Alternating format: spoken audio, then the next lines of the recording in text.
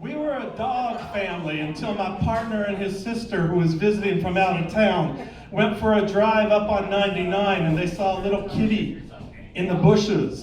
And they decided if that kitty was there on the way back, they would adopt that kitty. And so that kitty was there, and that became our cat, Kerouac, because he was found on the road.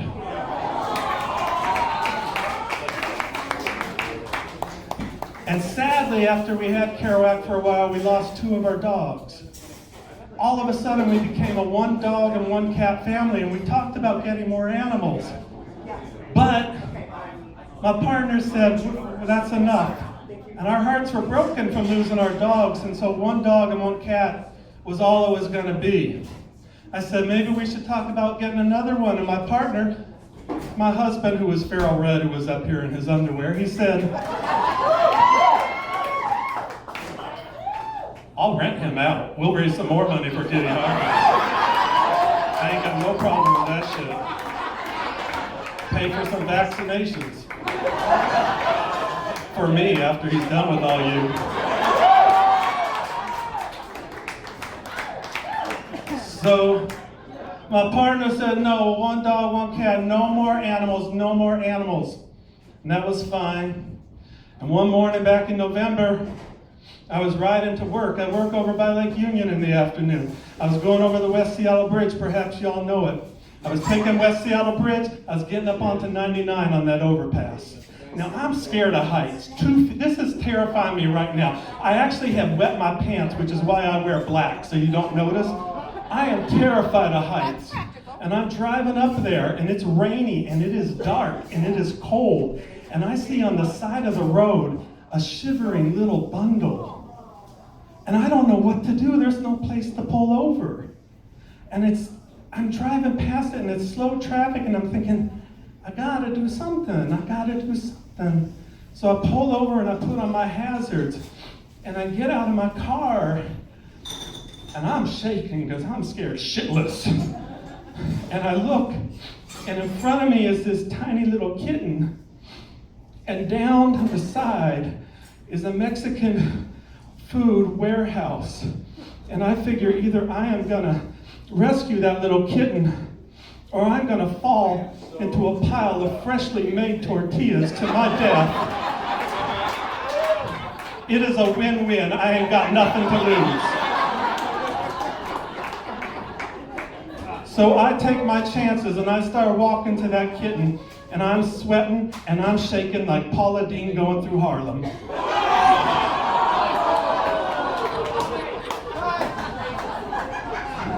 And I bend over and I scoop up that little thing shaking so damn hard. I am shaking so damn hard. And luckily I was able to pick her up in one hand, and I'm walking back. And then this really butch truck driver pulls over and he goes, nice job. And then I just butched it up. I'm like, yeah, that's all it takes. That's all it fucking takes. You guys know what I'm talking about. You're scared shitless. Some guy, yes. Then I open my van, it's like, what am I gonna do with this thing? I don't have anything in my van except a Martha Stewart Living tote bag. Free with a subscription.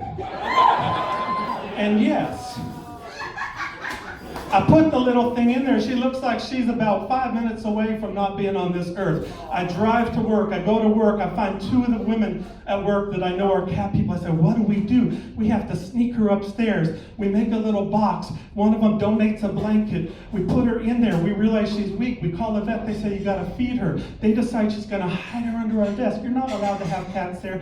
I run over to Mud Bay.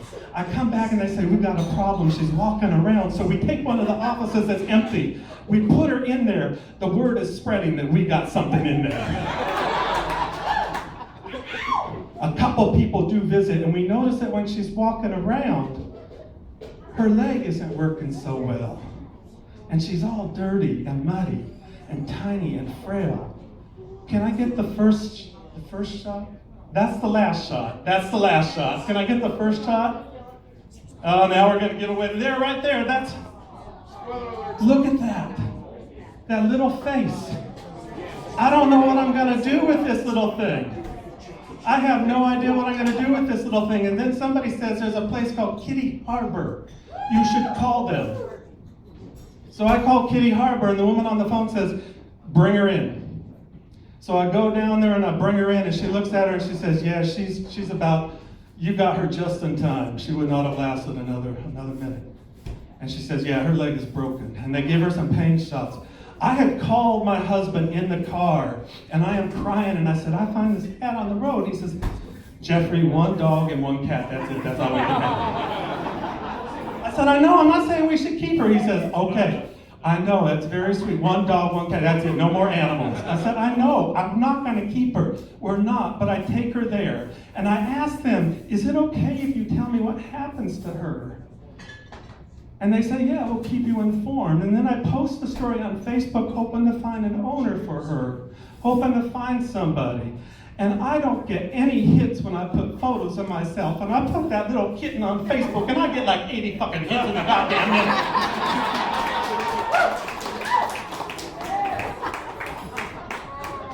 Jesus.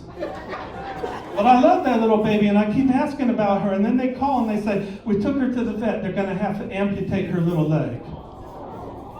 And I post that on Facebook, and in the meantime, I'm also looking up every site for 3-legged cats. How do you raise them? How do you take care of them? But I know, Jeffrey, 1 dog, 1 cat, that's all we can have. 1 dog, 1 cat. And I'm fine with that, and one day I'm driving home from work. And I'm thinking about this kitty all the time, and I am driving home from work and I am in traffic. I am a music lover, like many of you here. I am not a religious man. I have never asked Jesus to save me, but I have asked Aretha many fucking times. And she has never let me down. Neither have any of the other divas. And I'm putting on, usually I have a bunch of stations I listen to. There is one station when it is really bad, when traffic is bad. It is like lithium for me. It is Kixie, AM 880. Any of you know that station? And I'm listening to that station, and they're playing some songs, and I'm in traffic, and I'm thinking of that little baby on the side of the road. And I hear this song that I haven't heard since I was a child. God bless the day I found you. I want to stay around you. And so I beg you, let it be me. And I am crying. I am sobbing. And I am crying and sobbing around all those truck drivers, and I couldn't even butch it up. I am a puddle. And I get home, and let me just cut to the chase. The day before Thanksgiving, we went to go pick her up.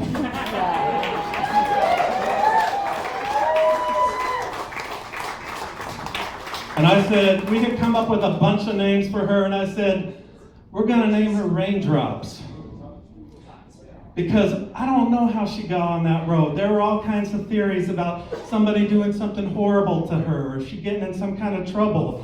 We will never know how she got on that road, and since we will never know, I decided she was an angel who fell from the cloud on that rainy day like raindrops. Right into my heart. And so we took her home. And Mr. 1 dog, 1 cat, no more animals. Can I have the next slide? The slide after that. He shushes me. He shushes me. He is sitting there with that cat all damn night long, and he shushes me. We now have a little princess in our home. She can't be a queen. She got 2 gay dads. That shit's covered.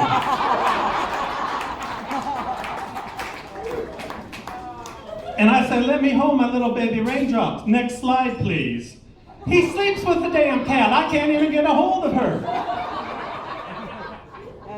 And I forgot to tell you the part about her going back to the vet.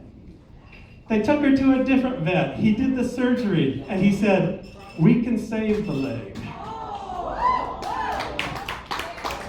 Because Kitty Harbor arranged for that vet.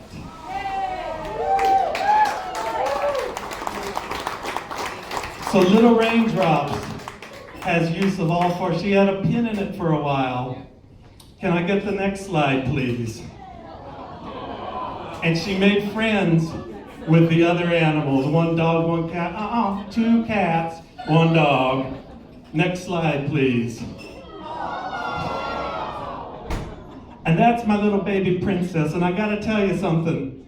This is an old photo. This is back like December, January, because you can't get a picture with her now. She runs all over. She runs, she's skittish, she runs, she plays, she jumps. I was gonna have to do 2 fundraisers, one for Kitty Harbor and one for us for all the shit she's broken in our house. You got a kitty proof. People say, oh, I'm so sorry, it was so sweet. I wish you had a little cuddle cat. It's like, I can't cuddle with her unless she's in her princess bed. She lets us touch her, but she runs, she jumps, she runs. I'm so sorry. It's like, I'm not. Because every time she runs and jumps and knocks stuff over, I think, she got to be a normal cat. Thanks to the people at Kitty Harbor. And that's why I decided I would ask all of my friends if they would help me with a little benefit tonight. And I hope you enjoy it as much as I'm going to, because I have fun. We used to do this show about a year ago. I think some of you may have seen. It started as a drag queen brunch that Magnolia Crawford, who was on RuPaul's Drag Race, did. And when Magnolia left, she said, Jeffrey, you want to take the show over? I said, well, maybe. And they said, well, you should do it. The people who owned Skylark at the time said, you should do it at night, because, well, you're going to be seeing Honey later, and Honey was a regular. She ain't brunch material. So, she's a late night snack. So, I have Honey jokes for the rest of the fucking night, I tell you, so get used to it. So, and then I did a variety show and I stopped, but when this stuff happened with Kitty Harbor, I said, I've got to bring the show back, and I'm going to bring a lot of my friends back to do it. And I said, anybody interested? And almost everybody you're seeing tonight said, I'm in. I didn't have to look for people. They were jumping. I had to turn people down for this show. I literally had to turn people down for